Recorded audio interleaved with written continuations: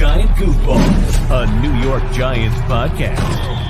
Are you a goofball that loves Giants football? If so, sit back and relax as we talk about the team that both excites and frustrates us so much. And now, here are your goofball hosts, Drew and Rob. Welcome, fellow goofballs, to Giant Goofballs, a New York Giants podcast. I am Drew, joined as always by... I'm me, Rob. Let's talk about Week 18. Well, yes. First 17. Well, first, some other Giant news. Week 18, it's the last one. I know, but we got to recap 17, but we also got to talk about something that happened to the Giants today. We already recapped 17, the last one. Well, I know, I'm just talking about our standings. I know. It's just, I'm sad today.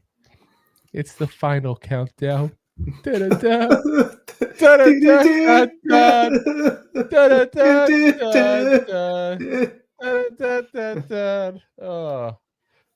that'd be hilarious to be like an acoustic version for like Week 18. Like someone on the, I can picture like someone on the piano, like get like John Legend on the piano, like. And just recap all of the 18 weeks. It's the final countdown. I know it's that time. So for much of us, including Giants fans, it's the last week we get to see our teams. It's also the last week we get to potentially see a lot of players wear the uniform that we've been rooting for our lives. Obviously as Giant fans, we're looking at potentially the last week for guys like Sterling Shepard, Dory Jackson, Xavier McKinney, Saquon Barkley, as a lot of guys we may never see again after this weekend here in a Giants uniform. It's kind of sad to think about there. So with that being said, tomorrow we do our usual preview episode always on Thursdays. We just played the Eagles 2 weeks ago, guys. Not much has changed. Let's be honest here. So we talked about that. We said we'd probably do something else different at that point for you guys.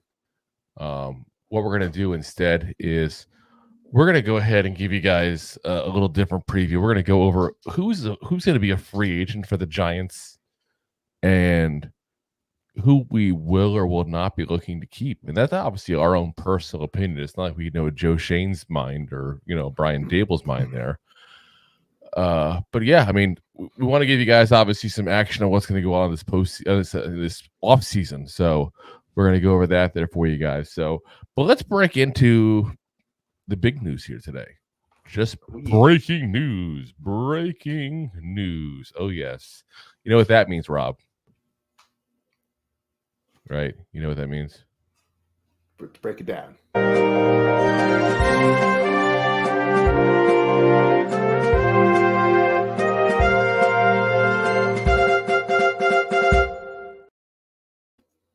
We haven't been able to use the breaking news thing in a while, except for one time as a joke.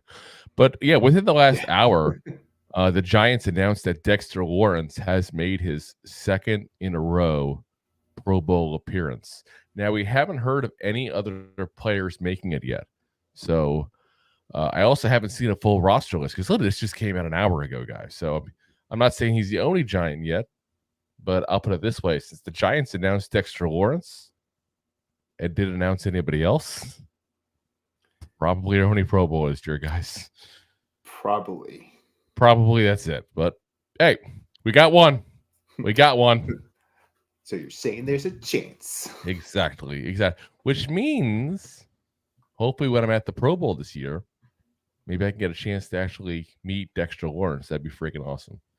You could bet I'll be that obnoxious fan at the guardrail. Like, I will. I don't care. Like, I'll be that guy. Come back to me. Pushing some 5-year-old out of the way. Like, God damn it, a little snot. Sign my football. Sign my sack. Oh, dude, I'm telling you right now, like, I have prepared, ready to go microphone that hooks right into the phone and everything. Like, yeah, I'm ready. Give me some words. I'm ready to way for the kids. Dexy. And as a celebration, here we go. Celebrate good. Come on. Woo! We got something good at least. We got the best defensive tackle in football. That's all we got, but we got something. Whoop, whoop. Yeah. It's the little wins. It's the little victories. All right. Let's get into the games here. Why don't you give them the update, Rob, where we ended up here last week? All right. Got me thrown off for a second. All right, so last week, Drew, you got 13 straight up. Woo! Putting you at 156 on the year. 13 of 16. 9 against the spread, putting you at 120 on the year. 8 over-unders, which are 123 for the year. Trifectas, another 6 for you. 56. You've had a pretty good 2 weeks on that. Yeah, that's been pretty good. That's been pretty good. I also had 13 wins straight up. Whoop whoop. Let's just say honestly, that's 13 out of 16 wins we got right. I mean, granted, it's not the spreads. I'm not trying to overlay what that is at that point. Hey, listen, if you just took half those wins, put it in a parlay, you could win yourself some money. Did someone say parfait? Parfait. That is sort of a parfait. You want me to say? Everyone loves parfait. But that puts me at 160 for the year. 4 above you at your 156. I got 10 against the spread, putting me at 140, which gives me 20 over your 120. That's the one category that we're like you and I are like neck on neck in like every single category except that one. That's the one that you were whooping my tail on that point. I got 8 with the over under, putting me at 121 and 2 parfaits. And 2 parfaits and a Christmas parlay. Putting me at 56 for the year. So this is the final countdown once again. Oh my God, so sad. For the wins. Just saying. It's sad. Yeah. It's very sad. Womp. I know. All right. Before we go into this week, let's go through a couple comments here real quick. Connor says, so after those college games, G-men need to get Michael Penix Jr. Hello? I've been saying that for how long now?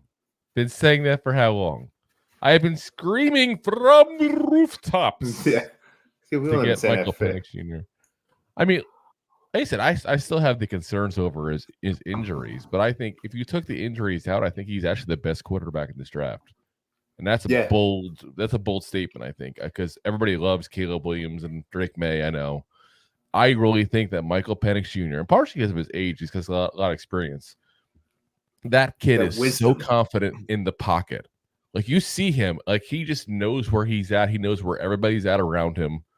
And hello, Giants fans, how much of an issue has that been for us? Just saying, like everybody talks about he needs a good line around him because of his injuries. He sees what's going on. And what I really like is if you watch him in these big games too as well, it's like he doesn't look to run. He looks to buy time with his legs. That's a big difference. Because listen, you can go run the ball for 5 yards on a scramble. And don't get me wrong, that's a positive play. That's a good thing when quarterbacks do that when they're otherwise going to take a sack. But you know what's even better? 20-yard bomb. 20-yard bomb. This kid just throws such tight spiral throws into such small windows. So I'm not comparing him to, but another quarterback that's been very successful in the NFL that's pretty young, who is in the playoffs once again, has been to Super Bowl a few times, Mr. Mahomes. I'm not comparing him to him, but Mahomes doesn't run the ball. With Otto, who was dating. Yeah. But he runs, buys himself some time, and then throws the ball. Yeah. I mean, that's honestly much more important than scrambling for 5 yards. I'm sorry. Again, I'm not knocking it. It's still a positive play, and if that's what you can do and that's what's in your repertoire, go for it. Listen, if you got a big opening, go for it and slide. Yep. I can make a joke there, but I'm not going to. Just wrap but I mean, I heard a lot of people talking on Giants Twitter there about how look, he's got all these great receivers. Does he? And I'm not knocking the receivers when I say that, but it's like, at what point do you go, oh, there's 3 good receivers here? What's the common denominator? The man throwing all 3 of the ball.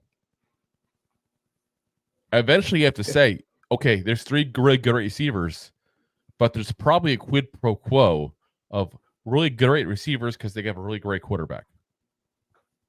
Yeah. You take I'm not Penix Jr. trying out. to take away from any of the four. I'm saying all four of them are good together because they're with all four. Same as the receivers make Penix look good. Penix makes the receivers look good. Correct. So, like I said, we'll see what happens there. But I'm excited to see overall what happens with this draft season with us. I really am. This is this is one of those really important drafts for us potentially if we go the quarterback route. But let's get off that topic. We're going to talk about Week 18. The season's not over yet. We still have one more game. One more game. Playoffs.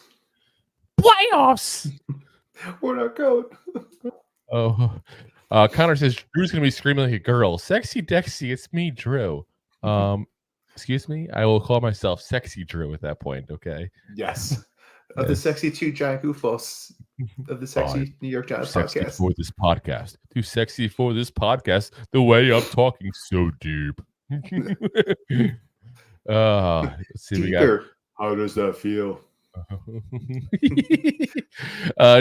Joe Tisdale chimes in as well. Good to see you, man. Joe's one of our regulars, always in the audio, pops every so often when he can on the video. He says Bobby O deserves a trip to the Pro Bowl. Do you guys agree? Hashtag go G-Man. Hells yeah, he does. Hells yeah.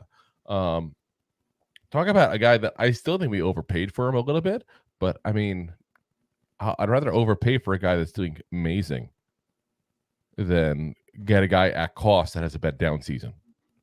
Yeah. So, again, great season overall for the guy.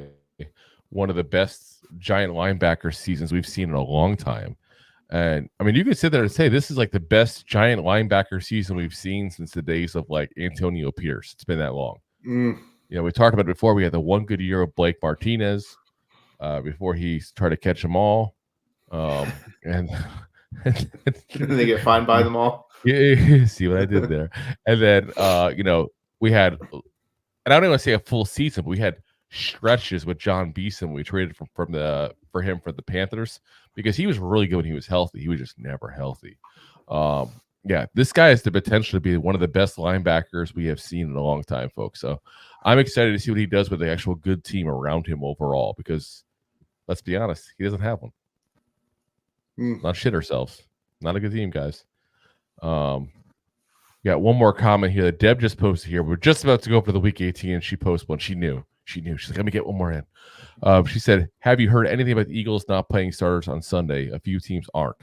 So what I did hear is that we'll be talking about that.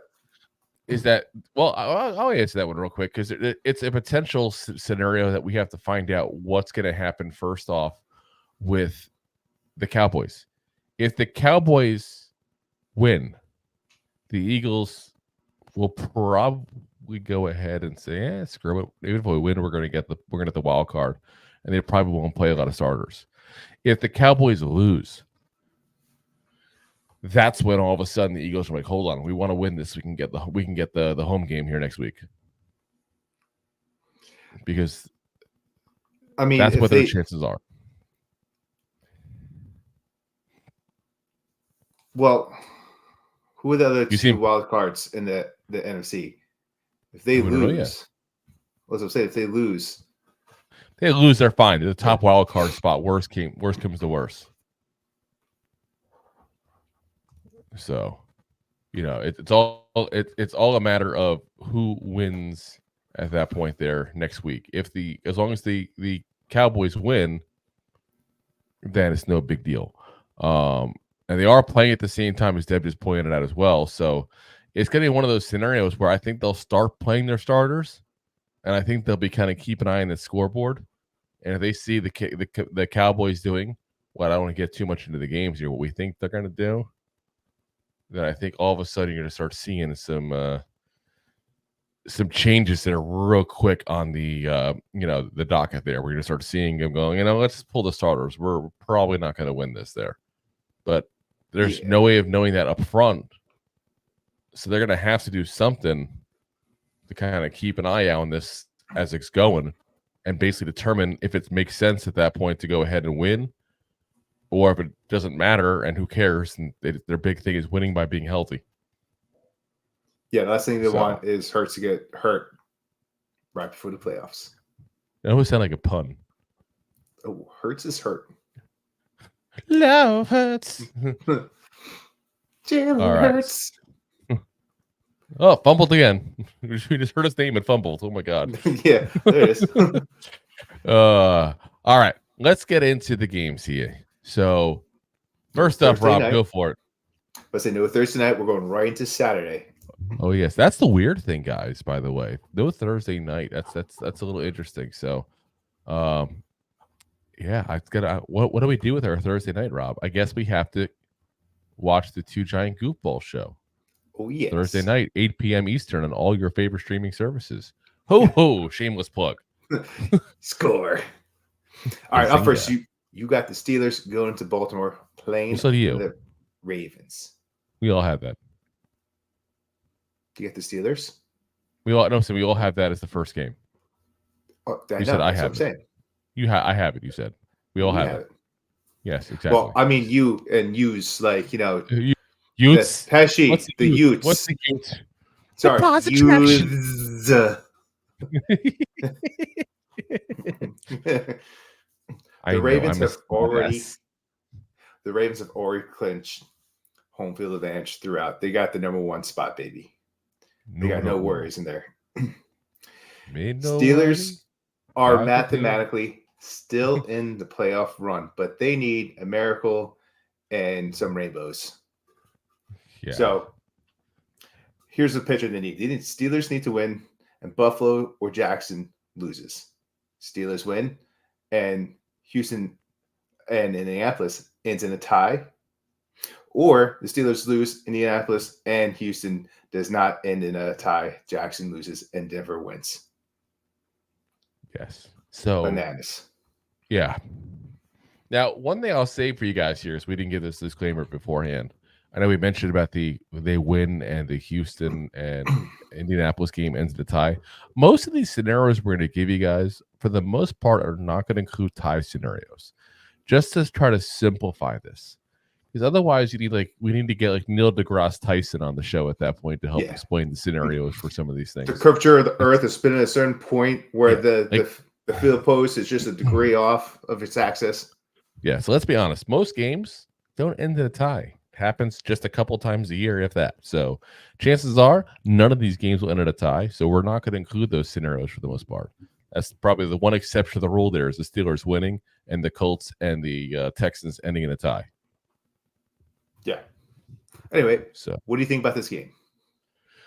I think I'll say if I was gambling and actually putting money down, I would not touch this game whatsoever because part of the problem you run into is the Ravens have no reason to play their starters. They don't. Let's be honest. They could lose. They still get the first seed overall. They could rest their player for 2 weeks. I think because they have the number 1 seed, that they'll probably play their players for at least a half or so, just because you don't want to get cobwebs on the players in the meantime either. How many times did you see that with the Colts back in the day? And I think that really hurt them when Peyton Manning's days back then. I personally am going to go with the Ravens to win, and obviously they're getting the points, so I'm going to say them to cover. I'm going to say the under because I don't think they'll play the starters the whole game, and the Steelers couldn't score a point if their life depended on it. So, yeah, under on there. But I do think in the end, again, this is a game I would not put any money on whatsoever because it's hard to gamble on teams when one or both of them, frankly, don't give a damn about the outcome. Yeah. Yeah, I mean, I agree with you mostly, but Ravens, we get a couple comments here saying the Ravens announced they're sitting the starters today, even too. And I'll believe it when I see it. I think they're going to sit the starters, but I still think they'll play them somewhat. I find it hard to believe they're going to sit them that many weeks like that. Correct. So one, this is a divisional big rivalry for them. I do think this will be a close game. The Ravens are +3.5 in this game, which means they're giving it as a handicap to the Steelers. So I do believe the Steelers will play close enough football, but just fall on their face like they've done all year. And I'm also taking the over in the points. Listen, I wish we fell in the face like the way these guys fell in the face. They just fall into above 500 seasons left and right. Now, don't forget, guys, as well, we talk about as far as the backups potentially playing. The Ravens' backup quarterback, because Lamar Jackson is one of the few people that I do think they would sit the whole game because let's be honest, he gets out of the game, they're done. He gets injured, that their whole postseason's done. I think they take last it year more is like a example A. preseason. But keep in mind, their backup is Tyler Huntley, Pro Bowl quarterback last year. Yeah. That's because such a joke that Pro Bowl was last year. That was because of availability. I'm telling you right now, when I go to the Pro Bowl, they have a backup quarterback in the Pro Bowl. I'm like, you don't belong here. You don't belong here. Go home. Go home. I will do it too. I don't care. He's got 2 touchdowns this year. Boucher. Yeah, it's sad. Bobby Boucher? Bobby Boucher. Something wrong with his Bandula Oblongata. All right. Next up, a big game here, potentially here. So you got the Texans at the Colts. Woo. And talk about what game you would never have circled basically at the beginning of your season as saying, this is the big game, week 18. This is the big one. But no, guys, this is a big one because whichever team wins this will get in the playoffs as a wild card. Or if they win and the Jaguars lose, they get the division. So this is a very, very important game here for both the AFC playoff, but also for the AFC South as a whole there at that point. Because the way that the Jaguars are, there's never a guarantee they win any game. Let's be very frank. If won games you thought they'd lose, they lose games you think they're going to win. You just never know. A lot of injuries. See, the Jaguars like a box of chocolates. You never know what you're going to get. Ooh, I got hair. Whoa. Trevor Lawrence. So Colts are a 1-point favorite. The over-under on it is 47.5. You know what? I was thinking about it, and this was a difficult one for me because this was the last one I picked because of the difficulty of. I know. I saw that you picked and you copied mine. Yeah. You did, in all fairness. I totally did not. I just went ahead. I just went ahead and went for the Texans. It's just a better story overall.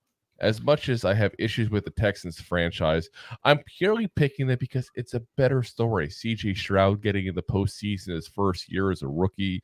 You know, they go from having, one of the worst seasons in all of football last year. And quite frankly, should have had the first overall pick if it wasn't for, the Bears just being idiots the last year.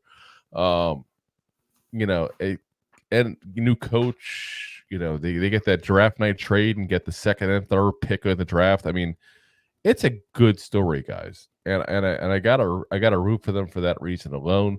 But I just think honestly, they're just a better team because they have the better quarterback. So I'm gonna root for the Texans, and we're gonna try to see what CJ Stroud is made of. Because while this is not technically a postseason game, this is a play in your in game, which is just about as damn close as you get to a postseason game, this is guys. Postseason come early. Yeah, this is like it's almost like the extra game they do in baseball to figure out the wild card spots at that point. It's like that kind of game. Pretty much what this is. Yeah, so if I got that right, you're the baseball guy, Rob, not me. I haven't watched baseball in forever. Yeah, I haven't. Is Barry Bonds still good?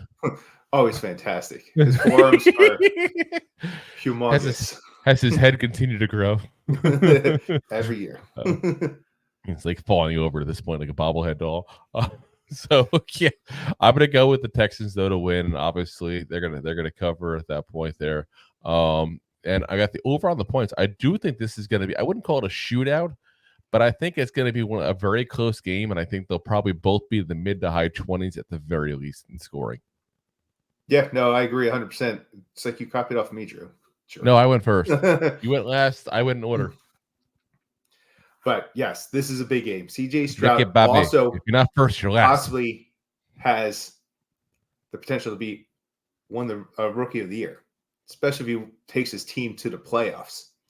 You also have the head coach that we will not name names of the Colts, who has a comeback story as well. Because listen, like I said, last year Houston had 3 wins and a tie. Yep. Colts had 4 wins and a tie. Yep. And they turn themselves around, and with a backup quarterback, turn around. Every now and then, a crappy Eagles offensive head coach comes over and becomes a good head coach. Turn around.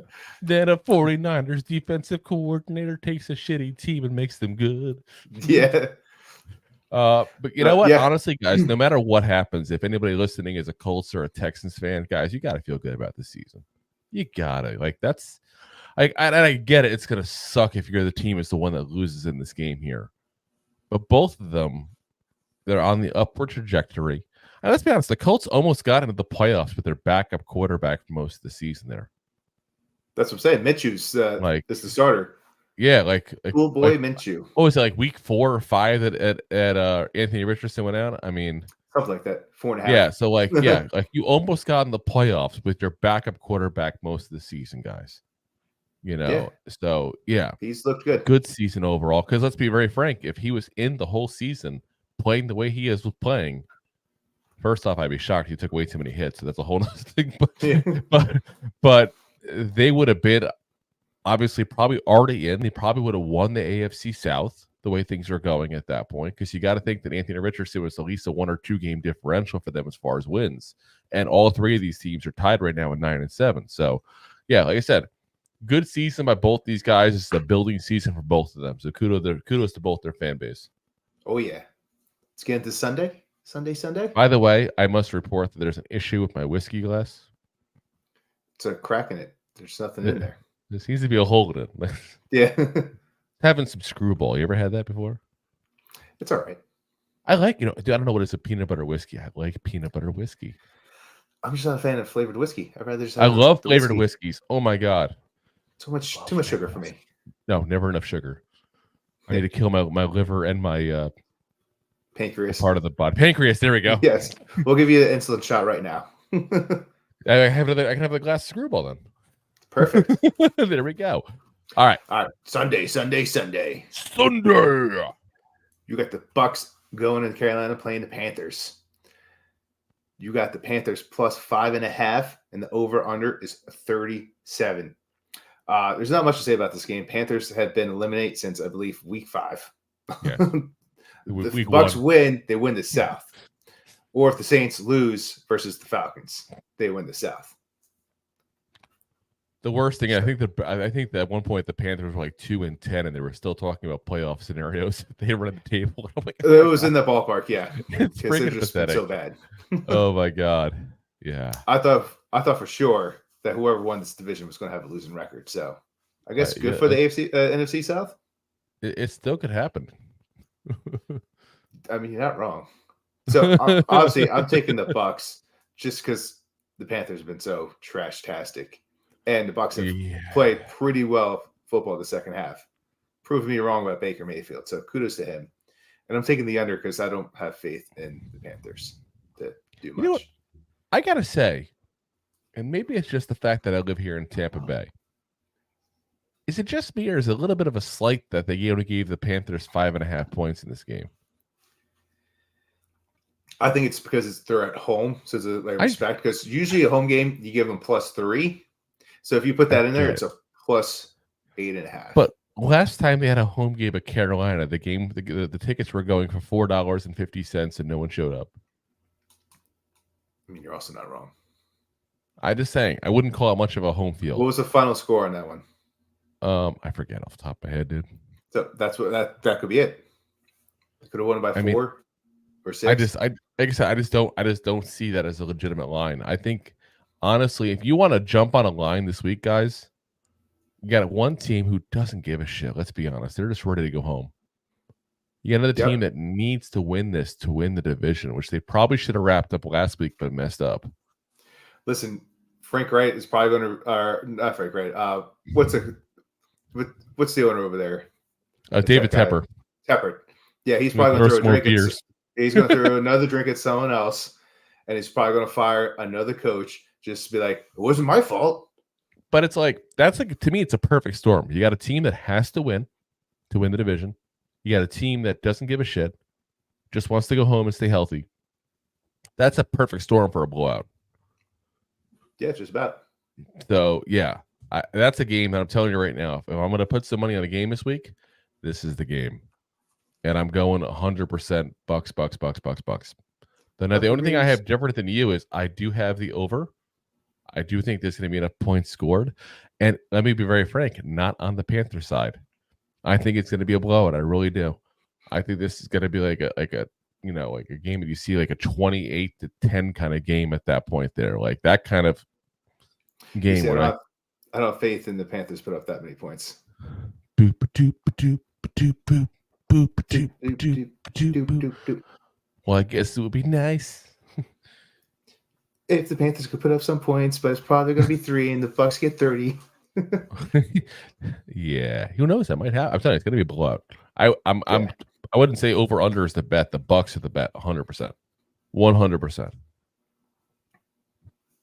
Watch me be wrong. I always feel bad when I say stuff like that. Like, if I'm wrong, if somebody lost money because of something I said, I feel like a schmuck. I really would. Like, don't listen to me. Listen, you know what I'm saying, though? You're wondering, like, please don't pay your rent first, then gamble. Yeah. If you have a gambling addiction problem, please contact. Bet responsibly.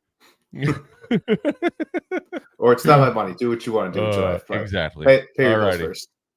Next up, we got the Browns at the Bengals, a game that, beginning of the season, you might have said, okay, maybe this is something important here. But the Browns already have locked up the 5th spot, which is the top wild card spot in the AFC.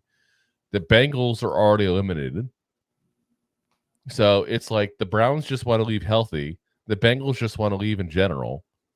This is another game that I wouldn't put $1 on, guys. Nope, because El Paso. Nobody has a reason to give a damn. If anything, I guess the Bengals want to lose to get a little better of a playoff, a little bit of a draft pick at that point. I guess you can say that. I do have the Browns winning this one here. I think that the 6 points is potentially a little bit generous. I just think that it's going to get down to the fact that the defense is just really good for the Browns, guys. And if they play their starters at all, it's going to be enough to stifle them like Edith Bunker at that point, okay? And you're going to go ahead and see, I do think an under on the points as well, because, again, nobody really cares in this game. Like, I almost would feel bad if I was a fan going to this game. Like, I don't give a shit. Yeah. I mean, like the Honey Badger. Honey Badger don't care. Straight up don't give a shit. Ew, snake. By the way, it's not Tyrann Mathieu we're talking about, guys. If you haven't seen that YouTube video from like 20 years ago, it feels like now at this point. Just about. At least 10. Yeah. But yeah, I agree with you for the most part. And I also agree that the 6 is too generous. I took the Browns in the cover as well. And I took the over because, yes, the Browns defense is great. And the Bengals defense is terrible. And that Brown wheel fell off. Ew. So, gross. I'm still rooting though for the Browns overall. I can't help it. I don't think it's going to happen. Don't get me wrong. But I really want a Browns-Lions Super Bowl. It'd be fantastic. I mean, I'm sure a lot of broadcasters would hate it, but you got 2 teams that have never been to the Super Bowl. Seriously. For those fan bases, they deserve it, guys. I've said it before. I'll say it again. If you are a fan of a shitty team, that is a shitty team almost year in, year out, congrats. You are a real fan. I mean, look at it this way. The Super Bowl's in Vegas. You got Detroit and you got the Browns. Those fans are crazy. It'll be the drunkiest Super Bowl ever, with hopefully a whole bunch of fights if that happens. Oh, yeah. Hopefully they don't get hurt, but just I want to see that Rust Belt grittiness. But it's like, it's easy to be a team, a fan of a team like the Patriots who just, coming off a dynasty. If you're like Sean there in the comments, who's a big Packers fan, and they haven't had a bad quarterback since 1992. I mean, it's like, that's easy fandom there. Not that other fans aren't real fans necessarily. Some are, some aren't. But it's an easier thing to be a fan of. When your team hasn't won a playoff game since the Eisenhower administration. Yeah. Like, you're a real fan, guys. You're a real fan. Like, you probably are also a raging alcoholic, but you're a real fan. It's the Rust Belt for you. Exactly. All right. Next, you got the Vikings going into Detroit. This game has some marbles to it. Detroit Rock City. Detroit Rock City. Lions are Get in up. the third spot in the playoffs, but can move to second spot with the win. And if the Cowboys lose to the Commanders. So it's not going to happen, is what you're saying. Probably not. But but you're saying there's a chance. But you're saying there's a chance. I'm also saying that for the Vikings, because if the Vikings have a small chance. Oh my God. This is like one of those like ridiculous things. Spots. But listen, it's the Vikings have the same amount of chance of getting like into the playoffs as I have of going to a car dealership and getting the $10,000 off the brand new car. Okay. Yeah. Or the Steelers going to the playoffs. But $1,000 off if you're military, $2,000 off if you're a teacher, $5,000 off if you bought a car from us before at this particular dealership, and also to the $3,000 off if your birthday ends in a 2. Oh, I'm getting so much money off. Well, but they need to win.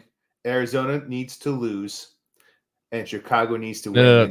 No. I'm sorry, Arizona needs to win. Yeah, I meant to say the Seahawks needs to lose. Yeah, Arizona needs to win. Arizona needs to win against Seattle. Chicago needs to win against Green Bay, and Atlanta needs to win over New Orleans, or Carolina wins against Tampa Bay. So basically, Viking fans, enjoy your last game.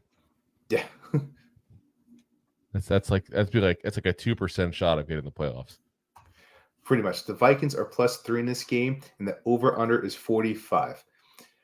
The Lions had a very devastating loss last week, and I think they're going to showboat and hopefully go for that number 2 spot.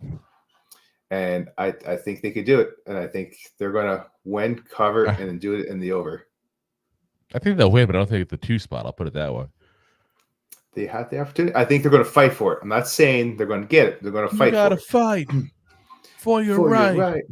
For the second. Well, I mean, that would be the perfect opportunity for them to be like, hey, listen, Cowboys, you beat us. I see. Like, we're taking your spot in the playoffs.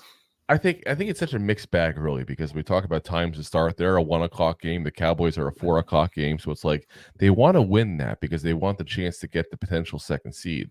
But I can't imagine the Lions really think the Commanders are probably going to win this game. So I think what they'll probably do is they'll probably play everybody till they're up a little bit. Because let's be honest, the Vikings have not been good lately. Last couple weeks they've been really bad.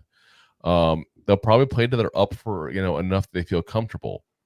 And probably like the last quarter or so that the rest of the starters once they realize that the game's out of reach. That's where I think is going to happen. But I do think that's going to make it. I got them the under for that reason. Because I do think they will pull the starters. Now, this is saying Campbell said he's going for it. Now, what I'm really curious about, and I've talked about this on the show before, and I don't know, and I don't follow. So if we got anybody who's a Lions fan in the comments section here, feel free to let us know. I haven't heard. I know that Hendon Hooker had his, opening there for him to go back to practice. I haven't heard if he's actually been taken off the IR. But wouldn't it be kind of cool if Hendon Hooker got to play a little bit in this game towards the end? Because I know Giant fans have, I guess fans of our show know. I've said forever. Hendon Hooker has to be part of the evaluation process this offseason. Because if you can get him, hypothetically, because the Lions have to make a decision on Jared Goff this offseason. So let's say, hypothetically, they re-sign Jared Goff and they go, you know what? Let's get some more draft picks. Let's trade Hendon Hooker. That might be not a bad option, guys, depending on how the draft goes. Imagine we get like Marvin Harrison Jr. with the 5th pick and then go ahead and get Hendon Hooker in a trade. Yeah, I mean, there's worse options. There's a lot of teams in the NFL right now that need a starting quarterback. Yes. So it's not a bad move. Yeah, like I said, we'll have to. I don't follow them enough to know what's going on at that point. I know, like I said, I know he's been put back into practice. I haven't heard of him going to the active roster yet. But if you're going to do it, this is your last chance to do it, the Lions. Because you're not going to put him in a playoff game at that point, obviously, to start for the first time ever. Yeah. So we'll have to see. Here, kid, you want a fresh start? We're going to throw you in the deep end with a shark. Yeah, that's basically what that'd be. So, But, if you're going to trade him, he's 25 years old, so he'll be 26 next season at that point. You got to trade him while you can. Got 3 more years of cheap deal. Like I said, I think the Lions might do it. We'll see. But that's, like I said, this is one of those things that I haven't heard many people talk about. But as Giant fans, we have to look at that option because we need a quarterback. And Hendon Hooker may very well be an upgrade over who we have now. Not that many aren't. Yeah. All right.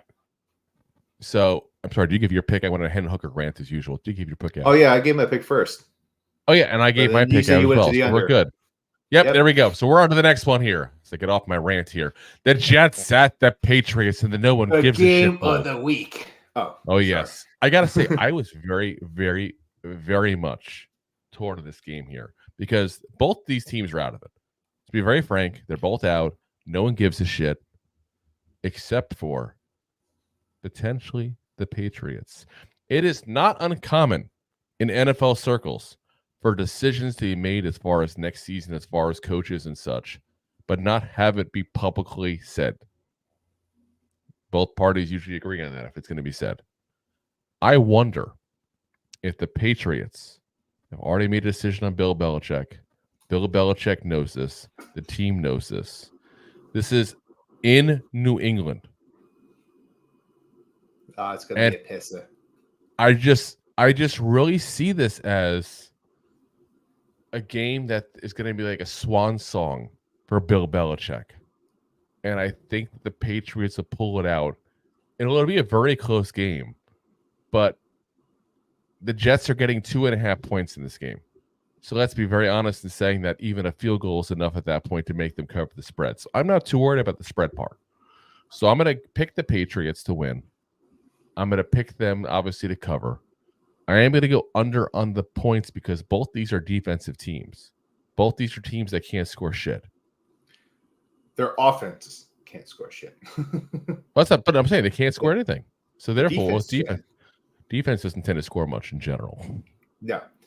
So, but I'm just saying, I think that's where it's at. I think this is a give a last goodbye and a fitting goodbye to Bill Belichick. Love him or hate him, the top coach of this generation.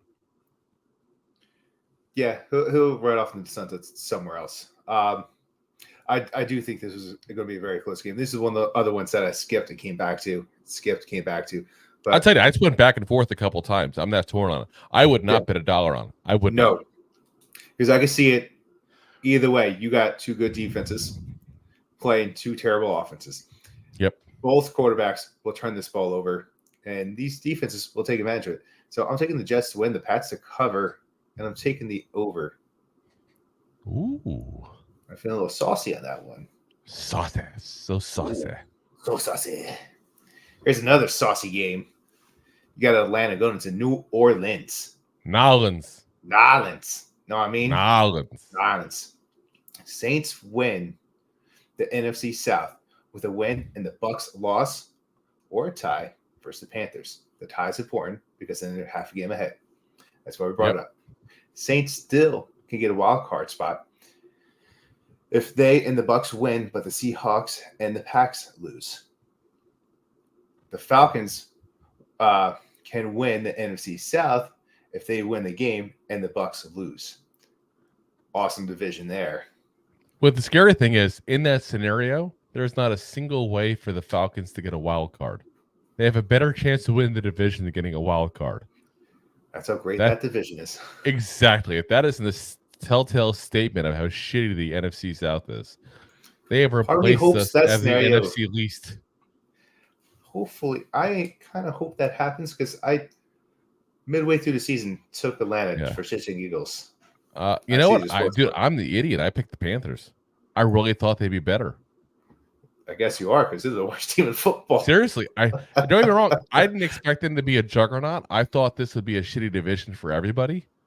I thought you could win being about 500, and I thought, okay, you get a young quarterback. I like C.J. Stroud over Bryce Young, but I didn't think Bryce Young would be this bad. You know, you go ahead and get him; it's everyone. Oh, I'm just saying in general though. But you get an Adam Thielen, you get a good running back, you get a good coach. Well, Thielen was looking good for a little bit. Yeah, like I could not believe it. I can't believe what happened there, Carolina. I really can't. I'm just like flabbergasted. Flabbergasted. Exactly. Well, the Falcons are +3 in this game. The over/under is 42.5. I want to see this, but I would not bet the Falcons to win this game. I don't want to bet this game at all, but I'm going to give you my opinion who's going to win, which would be the Saints, and the Saints will cover. I'd bet this game. Under. I wouldn't. I would bet this game in a heartbeat because the only games that I want to bet this week are the ones that give a shit.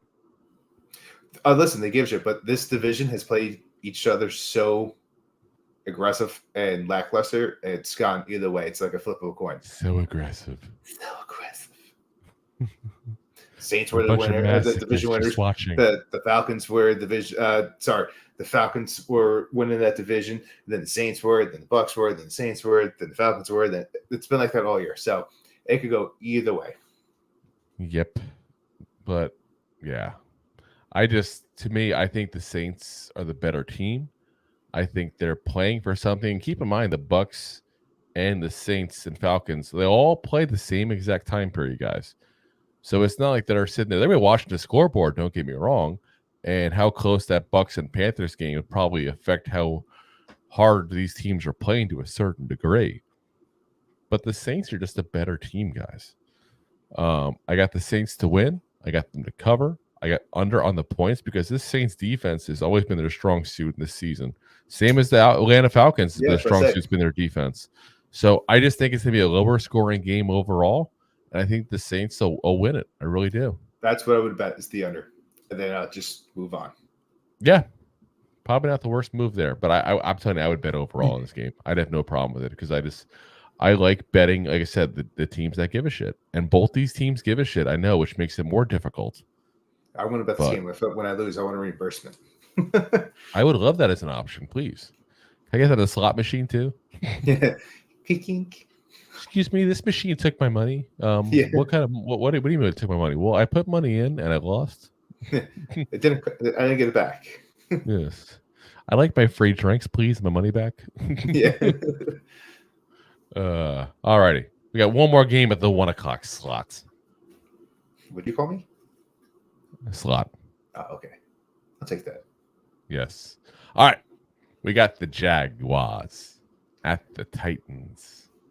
And this is probably the game that everybody thought would be the one that would decide the division when the season started because the Titans have just been good the last couple of years. But me and Rob, I think you and I both called that the Titans would have a nope season this year. So, yep. And that's what happened. Jaguars win the AFC South with a win. Let's be very frank. They are the better team. That's probably the expected outcome by most people. With the Jaguars loss, though, the Jaguars can still make the playoffs if Pittsburgh loses to the Ravens and the Broncos lose to the Raiders and this is one of those exceptions there, the ties, the Colts versus Texans don't end in a tie. Yes. So in the case of a tie in that game, they're both tied for the division. Which I have to look at the tiebreakers. I didn't think about that one there. Oof. There's so many different options. I hate Week 18 to a certain degree. It's like, just tell me who's going to win already. What's going on? I think the Jags have Actually, I think the Colts have the tiebreaker in this. No, the tiebreaker goes to the Jags because that's who's on top right now. But excuse me, that's who's on top right now. But if they all have a 3-way tie, Colts, I think. But the Colts had the tiebreaker over the Texans. So if the Colts and Texans tie and the Jaguars lose, the Colts would win. That's what I'm saying. Yeah. That's what I was trying to say. And if the Queen had balls, she'd be the king. Charles. She's so feminine. Anyway. So yeah, we got the Jaguars are giving up 5.5 points. The Titans, the over-under on this game is 40. I do think the Jaguars will win. I think they'll win pretty wholeheartedly because, again, this is a team that wants to win the division. And you got 40 is a pretty low over-under with these two teams here. I mean, again, I don't expect offensive juggernaut performance for the Titans, but they'll get just enough at that point to help get that over. I do believe there was talks that Tannehill may be starting this game. I have heard that as well, but Tannehill's not as bad as people make him out to be. No. I'm not saying that. You just bashed Ryan Tannehill. I was just saying the second string guy that was the first highest string guy. paid quarterback in the league this year. Ooh, good call. He does have the largest salary cap hit the entire league this year. Yeah, that's a good call. I don't know. Which I means agree he's with you. good, I clearly. do. Well, he's good for the team for the time being. But yeah, I'm taking the Jags. I'm taking the Jags in the spread, but I took the under because I think there'll be more of lackluster offenses on both sides, just the way that the Jaguars have been playing, because you got Trevor Lawrence has been beat up. You got some guys coming back, but they haven't been playing in stride. And then I don't know what's going on with the Texans offense, so I just went with the under on this one. Yeah, Titans are just like, you don't know what to expect because some weeks they look really good on offense, some weeks they look really bad. I'll tell you, this is going to sound a little weird, but Ryan Tannehill playing this game actually makes me like them even more because Tannehill, let's be very frank, is playing for his football career at this point. He's also got the experience. He's also a really good bridge quarterback. If you get a team that needs somebody to teach a youngin and potentially start the season, he's not a bad option, guys. If he can't get his own starting position, but I don't think he will. Even with the Titans at their best, he wasn't why they're winning. They're winning because of the defense, good coaching, and King Henry. I was about to say, King Henry helped him make him look good. I mean, he didn't look bad in Miami, but he just wasn't the winning quarterback for him. Anyway. He was a bad pick in Miami. Honestly, the only reason they picked him because his college coach was the coach for the Dolphins at the time. Hey, listen, I talked to Miami fans about this guy, and they liked him. Granted, that's like Tua all day. Yeah, exactly. Tank for Tua. Yeah, they liked him a lot. Yeah. Anyway, on to the 4 o'clock games here. 4 o'clock. You got the Seahawks going into Arizona. On the dot. Not really. Anyway. The other game's like 4:30-ish. I think it's 4:25. Anyway, yeah, 4:30-ish. That's 4:30-ish. Yeah. Okay. It's a little past 4. Anyway, Seahawks are playing the Cardinals in Arizona. The Seahawks get the final. Seahawks could get the wild card spot with a win and a loss by the Packers to the Bears. Cardinals hold on to the 4th pick in that draft if that's the scenario. I couldn't get that out for some reason. But the Cardinals are plus 2.5 in this game. The over-under is 47.5. And the Hawks are still playing for something. And so are the Cards. But the Cards are playing for a better receiver, a better lineman. We're a better quarterback. Listen, there's a lot of love they're giving Kyler Murray right now. I know the coach came out and said that he's the best player in the team, and they expect to build around him. Basically, I'm sorry, I'm not buying it 100%. I'm still not. They said nice things about Josh Rosen a couple years ago too. Touche. You'd never give away what you're going to do in the draft. No. Why would they do that? No, they're going to lay the seed of doubt so they can hear the options in the trade. Because right now, the Cardinals are sitting at what? The 2nd seed? Let me see here. Cardinals are at the 4th seed. Yeah. So, and depending on what happens in the games, they can move all the way up to the 2nd seed. So, yeah, this is a trade pick. Especially because let's say if I want a quarterback, and let's say hypothetically the picks stay where they're at, and I'm like, let's say I'm let's say I'm the Falcons. I'm picking at number 9, and I want a quarterback. And the Jets are at number 5. Or the Giants are number 5. I might want to leapfrog the Giants and get a quarterback. The Cardinals aren't a bad option. So it's true. You got Jaden Daniels. Could look pretty good in a Falcons uniform for them. I just made a lot of Giants fans cry when I said that, but I mean, it's the honest truth of the scenario. There's one team out there, potentially 2, that is probably not going to take a quarterback. Because I think it's a 50-50 shot for the Cardinals, a 50-50 shot for the Bears. That gives me 1 team, if not 2. A trade will probably happen. It's his life in the NFL. I right. concur. Anyway, on to the picks itself. Yep. Taking the Hawks to win, taking the Hawks to cover, and I'm taking the under in this game. You're picking the wrong bird. I got the Cardinals to win. I got the Cardinals because they're getting points. They're going to cover the spread, obviously, if they're winning. And I got the under on the points because, I'm not really confident either team scoring a ton of points right now, the way things are going. But to me, there's something about the Cardinals surging lately and playing better.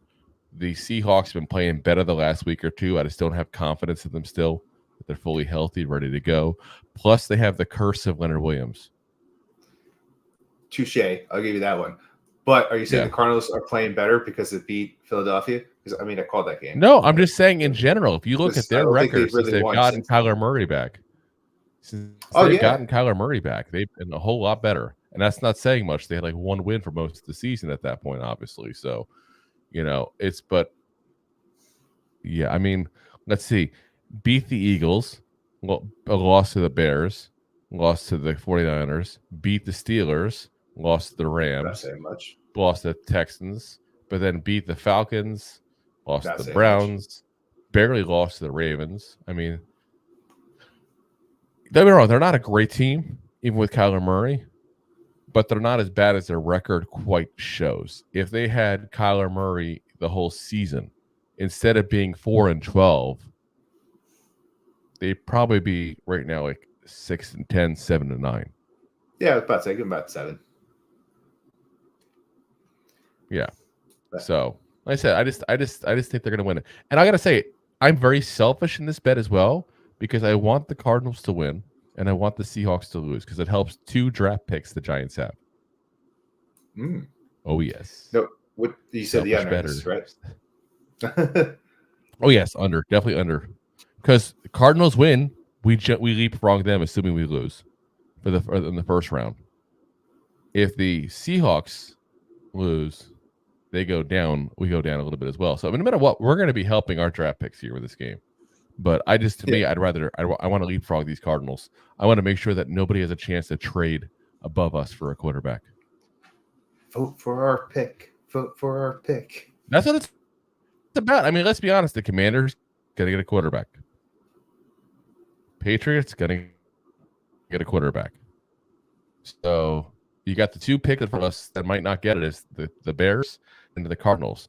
And I think the Bears, if they don't go ahead and get a quarterback, they're going to take Marvin Harrison Jr. I don't think they'll take the risk of losing that guy. It's my own opinion. I could be wrong in that.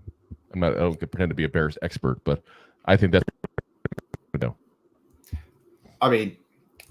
Whoever finishes number 3, I think they might strike up a trade with them and take Marvin Harrison Jr. then. Well, that's the Patriots right now. Unless the Patriots want to try to leapfrog the Bears for Caleb Williams, because unless the Patriots want to leapfrog the Commanders for Caleb Williams. But let's be very frank here. You really see the Patriots getting Caleb Williams? Like if you got to pick, like this is the guy that you would think that they would be their kind of guy. It's much more Drake May, the prototypical, size, build, pocket quarterback, as opposed to the guy who's running around the field and making weird throws. 100%. It's all about the system. And never wrong. But that's also new coach probably coming, new everything coming at that point. So who knows if they change things up? But I don't think Robert Kraft changes that team that much. No, I doubt. He'll probably go one of the coordinators, like a Jared Mayo or something like that, to be the head coach. They'll probably bring in somebody and upgrade them from like assistant GM to a full-on GM. So, yeah, I said I don't see much change there. I think that's what they would go. Who knows? Who knows? That's the fun of football. I'm not in New England. All right. Next up, speaking of those Bears there, the Bears at the Packers. Don't ya know there? So just going across the Great Lakes over there to play some Packers. Oh, they're so great, those lakes. Catch a surge on our way. So let's before we go into the thoughts on the game itself, Packers get the final wild card spot with the win, or if they could lose, they still get it in, if the Seahawks, Saints, and Vikings all lose. So they need a lot of help if they lose this game here.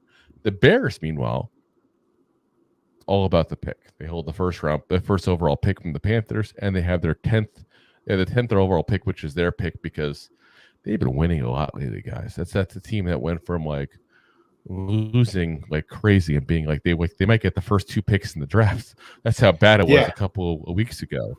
And now all of a sudden, now all of a sudden they won last 2 in a row.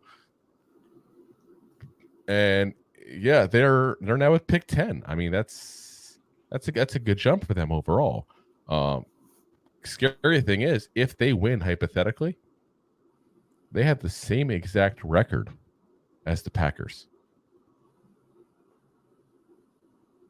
Isn't that a little crazy? I mean, they beat the Falcons, they beat the Cardinals, they barely lost to the Browns, who's one of the hottest teams in football. They beat the Lions, they beat the Vikings. Before that, they barely lost to the Lions, and they beat the Panthers. That's not a bad. That's 7. That's 5-2 in the last 7 games. Yeah, that's a pretty damn good hot streak for a team that's sitting at 7-9. So the Bears are getting 3 points in this game, though, and you got a 44 as the over/under. I'm calling it right now. And if Sean's still in the comment section here listening, he's not going to be very happy with me in this one. The Bears are going to win. I think they're the better team right now. Had this been 2 months ago, 100% pack. Even the Packers were going through their own bad streak at that point. The Bears were like the worst team in football at that point. Right now, 5-2. I said the last 7 games. I can't go away from that. I got to say they're going to win. I think they're going to win. He's already in the comment section. Yeah. I think the Bears are going to win overall, and I don't think it's going to be a blowout by any means. I think it'll be a very close game. Either team could win this game, and I would not be shocked. And I'll say this, if you're betting on the games here, don't bet this one. Because while the Bears might not care overall, there's still something I think the Bears would love about knocking the Packers out of the playoffs potentially and having them go, not go into the playoffs 2 years in a row, which is just very un-Packer-like at that point. And the nice thing is most really, teams that have a really bad record, they don't want to win necessarily because they don't want to hurt their draft status. The Bears already got the number 1 pick. They're playing on house money right now. They don't care if they go to pick 12 instead of 10 or whatever. They don't care. So, yeah, I got the Bears to win. I got the Bears to cover, obviously, because they're getting 3. I do have the over on the points as well because this is going to be a decent scoring game. This is going to be a game that goes to more like 50, 55 points combined between these two. I really think that it's going to be a higher scoring game there. Yeah, that's good. It's going to be a fun game to watch, though, guys. If you're going to watch a game, let's say the Giants get blown out by the Eagles, hypothetically, and you want to watch a different game, this is probably a good game to keep an eye on as a potential game to watch. Or if you got the Sunday ticket like I do, and you want to have multiple boxes going at that point or multiple screens, if you're that person for your basement, for your football basement there, yeah, that's the way to do it. Watch this game because this is going to be a fun one. Yeah, I agree. I'm going to keep Sean in suspense, and I'm going to do it in reverse. Instead of talking about the straight up, I'm going to talk about the over. Reverse it. I agree with that. Like, it will be over. I think 44 points is not enough for these two teams, the way they've both been playing. I took the Bears in the spread because they've been playing pretty good football, just like you said. But this means a lot more to the Packers, and I do think they're going to squeak out this win to get into the 7th seed. All right. We shall see. Because it is very hard to go into Lambeau and win against Lambeau. Unless you're a Giants. You like to. You know what? I give that to some teams because of the weather issues, especially this late in the year. But I think if there's a team that's suited against the cold, it's the Bears, who also play outdoors, also play in a similar kind of environment at that point there. So, yeah. I got you, but just listen, that stadium's owned by the fans, not by a corporation. Oh. I've seen all kinds of I've You seen won't all see kind of that gas articles there. that say otherwise. That stock paper ain't worth the money it's printed on. But whatever. Yeah. Just saying. Yeah. So am I. All right. Here's Next up, another great game to turn off from the Giants. who gives a shit bowl? Yeah. The bowl of the crap. You got the Broncos going into Vegas playing the Raiders. The Raiders. That's probably the last time I'm going to be able to say that this year in the pick. It is definitely the last time you can say it this year. Yeah. Until we get the draft. Yeah, or the Maybe recap. the live draft episode, you can do that. Yeah. Both teams are eliminated. Hey, but once again, the Raiders have looked pretty good. Both these teams in the second half of this year have looked pretty darn good. But yeah, it's a bowl of the crap. And I'm going to take the Raiders because Antonio Pierce and because FU Broncos. Start Russell. Is there a team team in the that, under? who would have thought we all would pull behind Russell Wilson at any point this season and say, screw you, Broncos? That's where we're at, guys. That's what kind of topsy-turvy season we're having here. That's for damn sure. But yeah, I'm with you. This Raider team has definitely been different since Antonio Pierce has been the coach there. So I got them winning as well. Again, 2.5 points is nothing on a spread pick overall there. So No. I'll take Sorry. I'll take the Raiders. I got the over on this. I do think there's going to be some points there. So we shall see. We shall see. That's one of those games I wouldn't be confident in the over under because but I do think the Raiders win this one. I'm much more confident in that one there. But again, this is another game where you got two teams that don't give a shit. So don't put money on it. No. El Paso. Yeah, save your money for next week. I mean, you were saying over under. I mean, you're the one that's winning the over unders this year. But you got a backup quarterback for the Raiders, third string quarterback who didn't even get a completion in 3 quarters of football in one of his games. Yeah. But both these defenses have been playing a lot better. I just want Antonio Pierce to outcoach Sean Payton. I want it to be that kind of thing that causes the game to sway. Yeah. I really despise Sean Payton now with a passion. I mean, you weren't a fan of him before, but I wasn't a fan of him, but I didn't despise him as a person. I didn't think he was. I thought he was an overrated coach. If anything, he's proved me a little bit wrong in this way because they've been playing much better lately. But he's proven to be a better coach this year than I thought he was. But he's proven to be a worse person. Yeah, and that's more important in the end. I'll take it on my own job. I'd rather fail at my own job and, hold on to my, my soul there and be a better person for it than succeed and be an absolute schmuck. He went that route. To each of their own. He's a schmuck. Anyway, we get off our soapbox again. Who would have thought Russell Wilson would get me so ticked off this year? But it happened. It happened. Next up, we have the Chiefs at the Chargers. And I think the NFL definitely set this up to be potentially an AFC West battle at that point for the division potentially. We put this at 8 o'clock? Yeah. No. Everyone loves Justin Herbert. He's so good. Yeah, that's just has not worked out quite as planned for the Chargers this season here. The Chargers are actually favorites because the Chiefs have nothing to play for, guys. They don't get the bye week. They're going to be locked into the 3 seed overall. So people are picking the Chargers because they're going to probably play all their starters, where the Chiefs probably won't because of where it's ending. To me, I don't give a damn. I don't trust the Chargers at all. This is yet another one. And I hate to be so negative this week. Don't bet this game. Don't bet this game. Don't bet that game. Don't bet this game, guys. Whenever you have a team that doesn't give a shit, it's a wild card. Yeah. It really is. I mean, you get the Chiefs that are already locked in. So are they going to start Mahomes? Are they not? I think Andy Reid just does what Andy Reid does. So he looks like a walrus and goes like, I am the walrus. I am the walrus. Cuckoo. Oh my gosh. Every time I hear cuckoo cuckoo, you know what I think of? The movie Crazy Rich Asians. You ever see that? No, I have not. Okay. First off, I know it's a kind of a chick flick thing. I don't care. It is what it is. I'm secure in my manliness. It's a damn good movie. I want to say it was like 2018 that came out. It's like 5 years ago, but it's a good movie. If you haven't watched it, check it out. It's a little bit of a rom-com thing, but it's a fun movie. Anyway,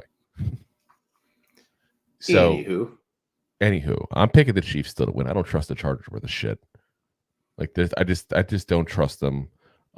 Keep in mind that it's going to be backup quarterback versus backup quarterback if they sit Mahomes. So it's not like if they sit Mahomes, there's a huge advantage there either. You know, so yeah, I'm not too worried about that part of it there overall. And I think the Chargers were ready to go home like 2 months ago. Like they don't. Be honest, they don't care. A team with no heart whatsoever. And by the way, do you know what the backup is for the Chiefs? Who? Our buddy, our pal, Blaine Gabbert. Oh, yes, we might have a Blaine Gabbert sighting this week, guys. Everybody probably forgot he was still in the league, but oh, yes, he's on the league still. Blaine Gabbert, still collecting money while doing nothing good. Oh, man, I need to switch my How picks. much money has that man made? Oh, my God. He's still getting paid. But yeah, not hating, but like hating a little bit. It's all about, like I said, it's all about the fact that it's not even me trusting the Chiefs as much as just not trusting the Chargers. So Chiefs to win, Chiefs to obviously cover because they're getting the points, and I got the over on the point just because it's so low at 36. I think it won't be a huge score. Don't get me wrong, but it'll probably in the low 40s. Yeah, I agree across the board. So hopefully you get the trifecta on that. There we go. I also have faith in KC's defense to plug up the Chargers in a bad spot, and KC can take advantage. So that was my thinkings on that. Next up, our game of the week. We're going to recap this real fast. We'll talk about the playoff indications. We're going to recap it, and then we'll talk about it a little bit tomorrow night at 8 o'clock. And some other things. Much though, and some other things. Yeah.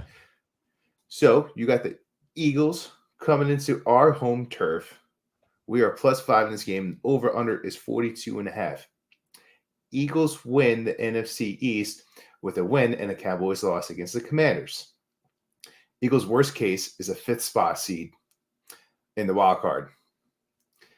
Giants hold on to pick number 5 and move up to 2 with a loss.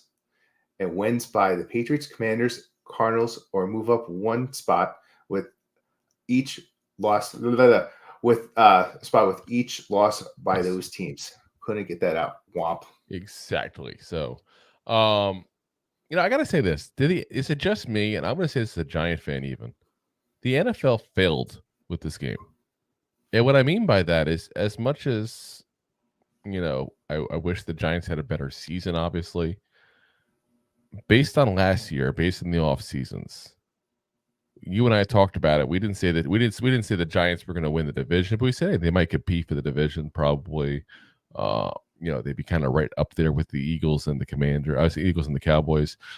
Obviously, we're a little wrong on what the Giants were going to do this year. We couldn't expect all the injuries would be on our 3rd string quarterback and our 7th string offensive tackle. But to me, this was a missed opportunity by the NFL to have the Giants and the Cowboys and the Eagles play the last week. That would have been a sensible game to put the last week when you're doing the schedule. If you had to pick at the beginning of the season who is probably going to be the first 2 teams in this division, even as a Giant fan, I'll say it.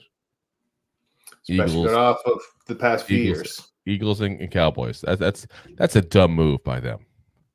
They Seriously. Always have us play the Eagles like the last week. They do, and they always have us play the Cowboys the first week. Yeah, we always play the Eagles the last 2 games in the last month of football. It's ridiculous. Anyway, I'm sorry. Go back to your picks there. I just had to point out what a dumb move that was by the NFL. Eagles win, Giants cover in the over. Fill you in tomorrow. Yeah, we'll definitely get the fill in tomorrow there. But yeah, I have the same exact thing: Eagles to win, Giants to cover, and the over. Boom. All right. Next up, we have the Rams at the 49ers. And that was a good matchup there by the NFL schedulers, because that's a legit, okay, this could be potentially for the title of the division there. But no, didn't happen that way this year because the 49ers just ran away with it. They've already clinched the top spot in the playoffs here. There's already been talks about sitting people. I think I'd heard that Christian McCaffrey's going to be sitting basically already. So yeah, this is going to be another game. Again, don't bet on it. We don't know who's playing. We don't know who's actually going to give a damn. The Rams already have clinched a wild card spot as well. So, unless they care a little bit about the seeding, they're also another one that, who knows what they're going to do. Yeah. So this could be a game of backups versus backups, basically, depending on how they want to go. I'm going to go for the Rams, though, because I think they're the ones that are more likely to care. And it's not that they're the better team. The Niners are the better team. It's just a matter of who I think is going to give a shit and who's going to actually play for something. So I got the Rams to win. Rams, obviously, the cover because they're getting the points. I do have the under on the points, though, because, to be honest, the Niners are a good defense. Yes. With backups in, they'll probably be good. Which is why I'm taking the Niners to win, but the Rams to cover. I'm taking it over.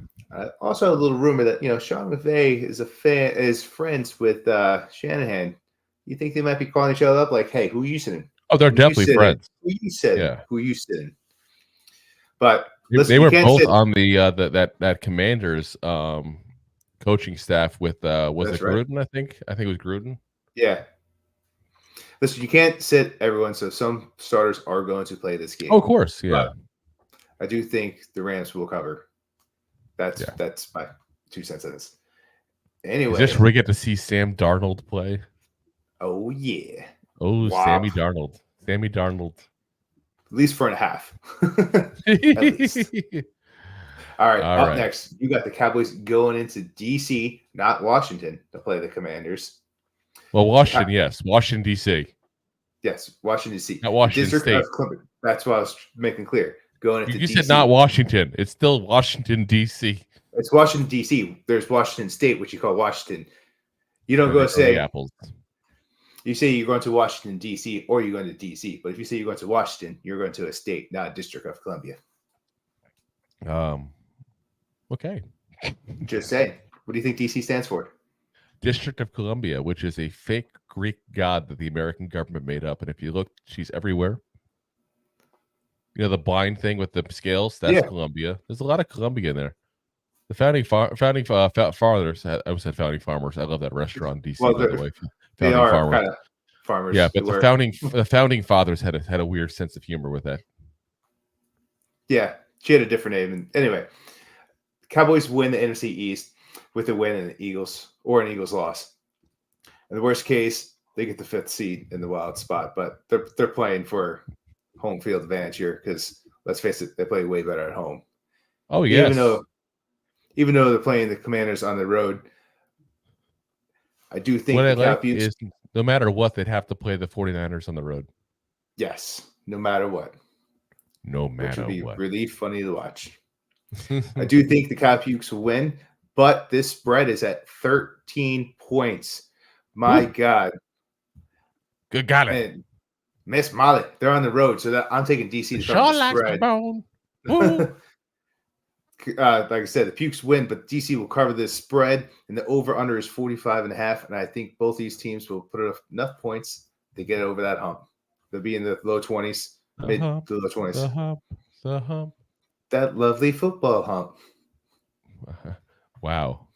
I was going Lump, the song back in the day. Was that the President of the United States of America did that? Yes. I thought so. Oh, yes. We're going 90s music style. All the kids are like, who's that? Look it up. They had a whole song about peaches. Peaches for me. Peaches come from a can. Or who was it? The Butthead Surfers that did that? No. Peaches was definitely the president. No, the Lump. Was that the Butthead Surfers? I'd have to look it up now. Let's see here. Lump. What song did they do? That's 90s song. Yes, it was the Presidents of the United States of America. And the Butthole Surfers Oh my God. Okay. Hold on. This is funny. I Google it real quick. Now keep in mind you can get all kinds of fun things and you're okay. So I just started typing in the word butthole to put butthole surfers. Now because I had just searched Presidents of the United States of America, it automatically had put the butthole surfers. Then it put to a song that I'm curious to listen to now. I Wonder What's Inside Your Butthole by Jolie. How is that a song? Then I went to Butthole Surfer songs, Butthole Surfer's pepper lyrics, Butthole Surfer's best songs, Butthole Surfer's discography, and then Butthole bleeding after pooping. Oh my God! I gotta say I'm gonna hold on to this tab here because I am definitely gonna be listening later on to I Wonder What's Inside Your Butthole by Jolie. Oh, now I feel bad. It's a little girl. It's a little girl with a little acoustic guitar. I thought this was gonna be like really funny, and I just feel bad now. It might be hysterical. Anyway, it I think it's meant to be cute because it's a little kid. Anyway, the Butthole Surfers, Pepper seems to be their big one, which I feel like it's one of those songs that I don't know the name of, but I might recognize it when I hear it. It's one of those, yeah.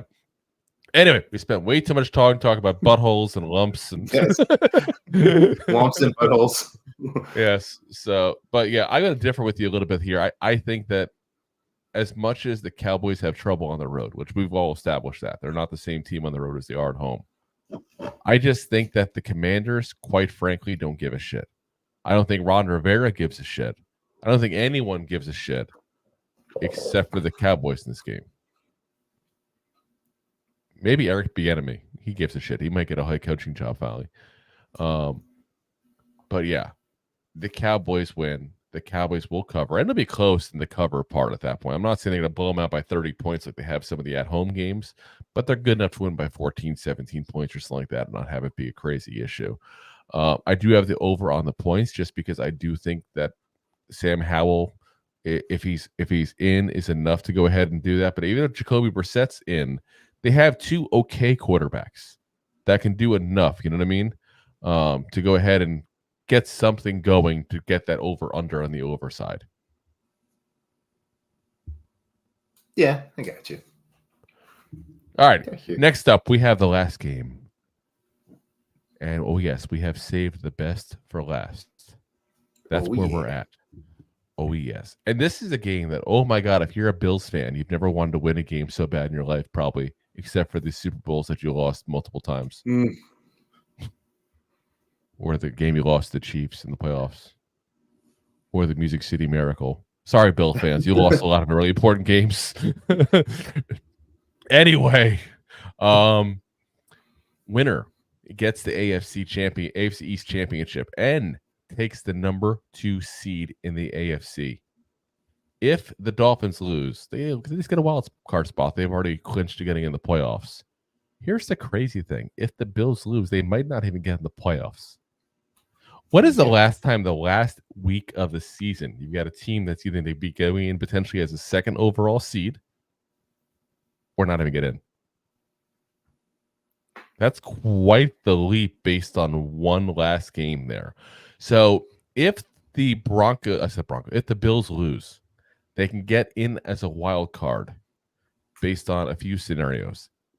If they tie, this is one of the rare times we'll bring up the tie. If they tie, hypothetically, they would get in. If the Steelers lose to the Ravens or the Jaguars lose to the Titans. So, yeah, that's a little scary there because in the end, the Bills and Bills fans and all, you're all going to know what's going to happen going into this game, basically, because the rest of those games will be done at that point there, you know. You might even know what's going to happen there, you know, on Saturday when the Steelers and Ravens play. If the, you know, Ravens win as we expect at that point, then you're good to go there. But yeah, that's a lot of freaking weird scenarios there. That they imagine. I can't imagine that at all. I really can't. Like, imagine going from, I can go to the number 2 seed or I can be out of the playoffs. Yeah, that's freaking weird and freaky. Anyway, the Dolphins are getting 3 points. They're the favorite in this game. I would say they're the underdog in this game here. because it's just that more important for the Bills. I think is basically what it boils down to. 50 is the over under. I'm calling it for the Bills. I think this is one of those games that, you're going to see Josh Allen go, screw you and your turnovers. And he's just going to go crazy. I really think he's going to take over this game. He's that kind of special player because people forget as many turnovers as that man has created. Don't get me wrong, he's created a ton of turnovers. He's also created more touchdowns than just about everybody in the league too. Yeah, he's that Brett Favre mentality, minus the stealing from the people of Mississippi, allegedly. But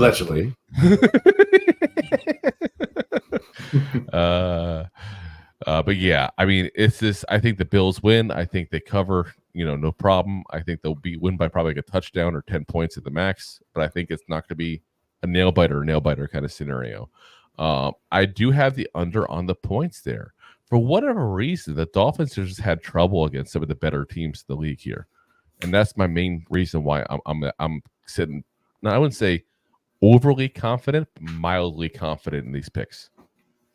No, I agree with you 100% for all the same reasons. People thought the Dolphins got the groove back because they beat the Cowboys. No, Stella got her groove back. God damn it! By beating the Cowboys? No, just by I didn't watch the movie. I don't know how she did it. I don't know either. Just fell in love. Oh, yeah. But anyway, good job, Stella. That was just a House of Cards, that game, because House of Cards was a Netflix show.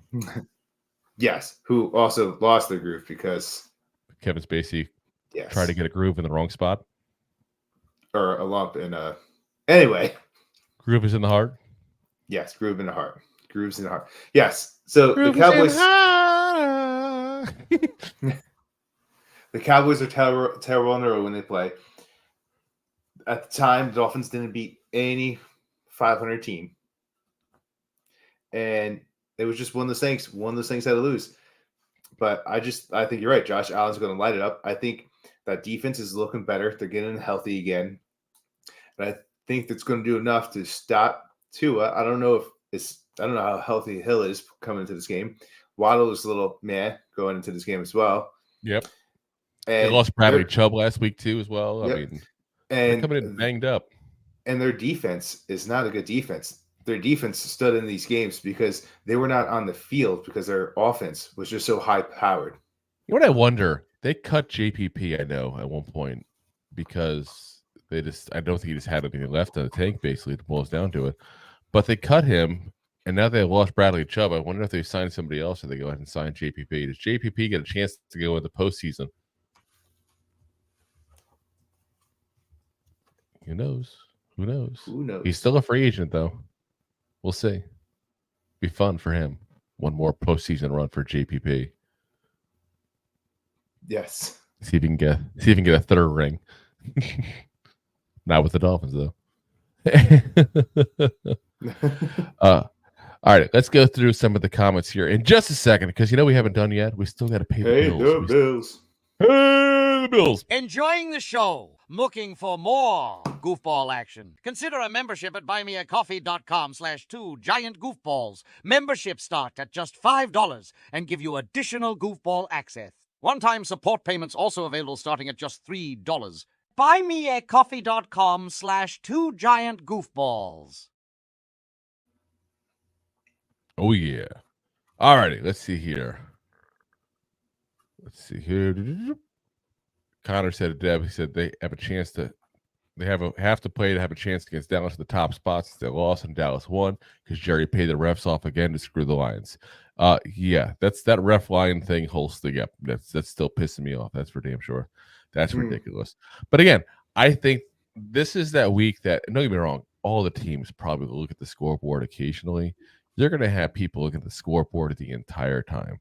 If the Cowboys start blowing out the Commanders, you're going to start seeing Eagles sitting. I'm telling you, it's going to happen. That's just life in the NFL. They play based on what potential they have and trying to get people healthy. Because imagine if A.J. Brown goes down. Like, this is the scenarios you got to think about because people can get hurt when they play. It's a rough sport. Connor says, I know Lamar isn't playing. They say so on TV show today. And yeah, like I said, Huntley's there still. They still have a decent backup. He's got a lot of experience thanks to Lamar getting hurt so often. So, yeah, that won't be an issue. And Sean said to say the Ravens announced sitting starters. So I still think they'll play a little bit. We'll see. Deb says Aaron Rodgers is such an ass. ... Which is just funny because we didn't even bring up Aaron Rodgers. She just felt the need to say that randomly. She's not you going to rant. She's not wrong. Aaron Rodgers is an ass, but yeah.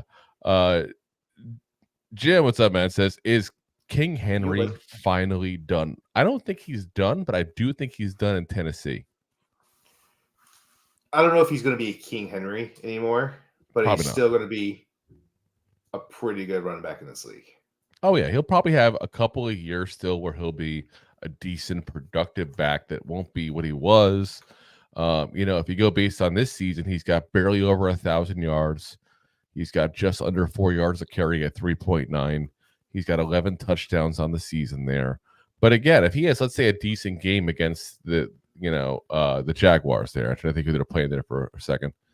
Let's say he has 120 yards, hypothetically, which is a really good game.